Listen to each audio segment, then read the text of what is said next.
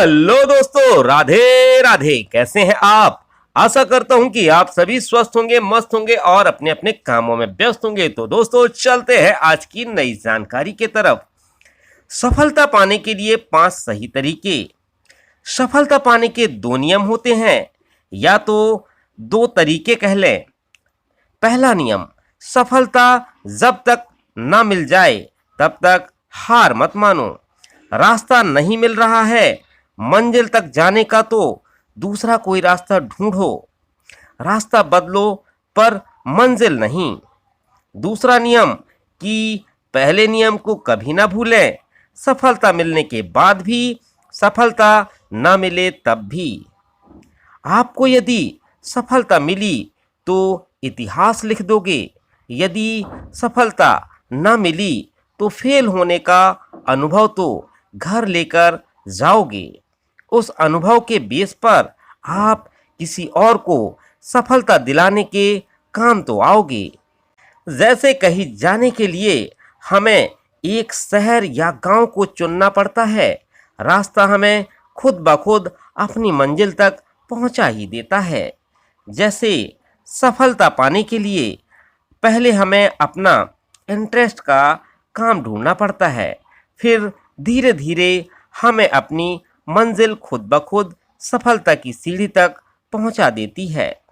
अक्सर लोग सफलता पाने के लिए रास्ते तो बना लेते हैं, पर रास्ते में कुछ समस्या आ जाती है तो सफलता को पाने का रास्ता ही बीच में छोड़ देते हैं, क्योंकि उनके पास समस्या को कैसे सुलझाया जाए उसका समाधान उनके पास नहीं होता। तो जानते हैं सफलता पाने के 5 नियम। पहला है फाइंड योर इंटरेस्ट वर्क, यानी कि अपनी रुचि का काम खोजें।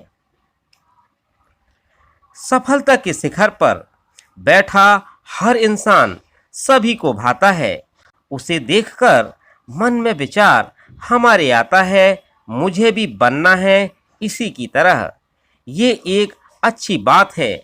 आप उनसे इंस्पायर हुए, आप उनसे एक इंस्पायरेशन ले सकते हैं, पर आप उनके जैसे नहीं बन सकते।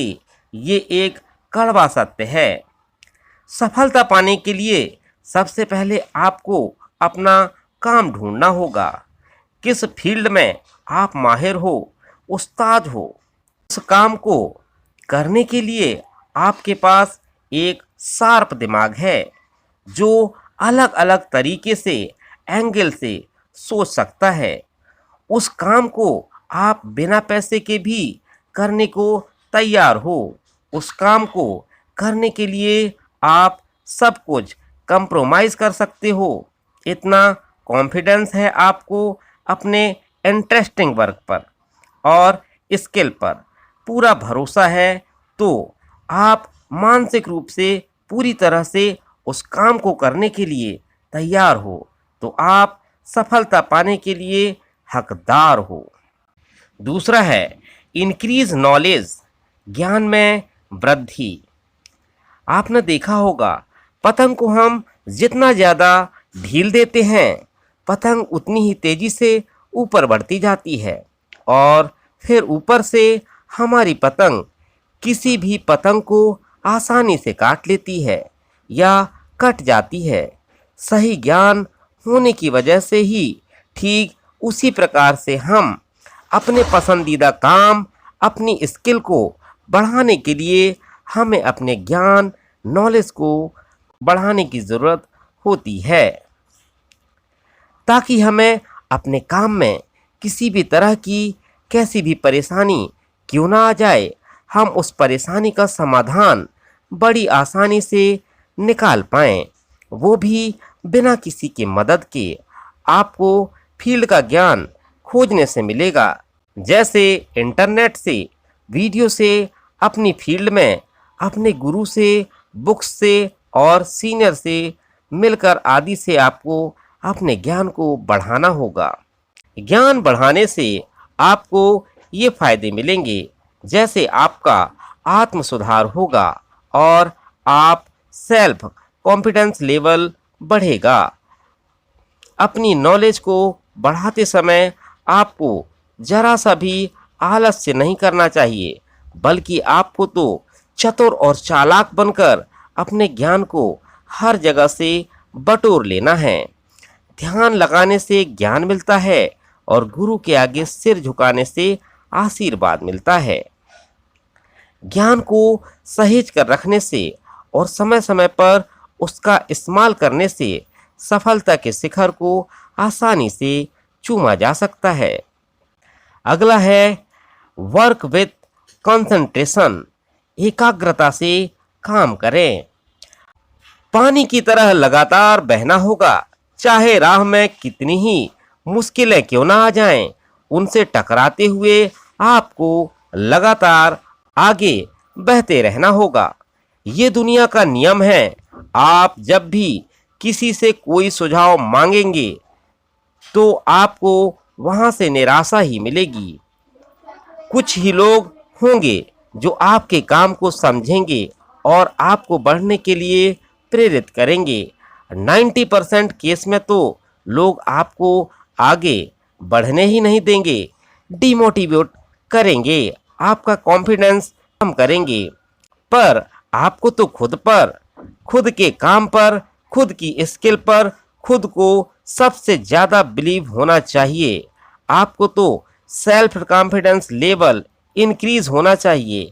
इन लोगों से डीमोटिवेट नहीं, मोटिवेट होना चाहिए। तभी आप लगातार पूरे कंसंट्रेशन, एकाग्रता होकर अपने काम पर फोकस कर पाएंगे। सफलता की राह में चलते चलते संघर्षों का पहाड़ चढ़ना पड़ता है। कहीं मुसीबत आ जाए तो बैठकर, ठहरकर, सोचकर आगे बढ़ना पड़ता है। कमजोर होते हैं वे लोग जो संघर्ष का पहाड़ आधा चढ़कर भी वापस पीछे की ओर चल पड़ते हैं। ठहरे हुए पानी को देखकर कभी भी ये मत सोचना कि ये कभी बह नहीं सकता। जब उसका वक्त आता है तो उफान की तरह लगातार आगे की ओर बहते चला जाता है। ठीक उसी प्रकार जब कभी हिम्मत टूटने लगे तो थोड़ा ठहर जाना, थोड़ा सा सोचना, फिर अपने दिमाग का इस्तेमाल करके आगे बढ़ना। यहाँ आपकी विल पावर आपके काम आएगी। सफलता आपके कदमों में होगी।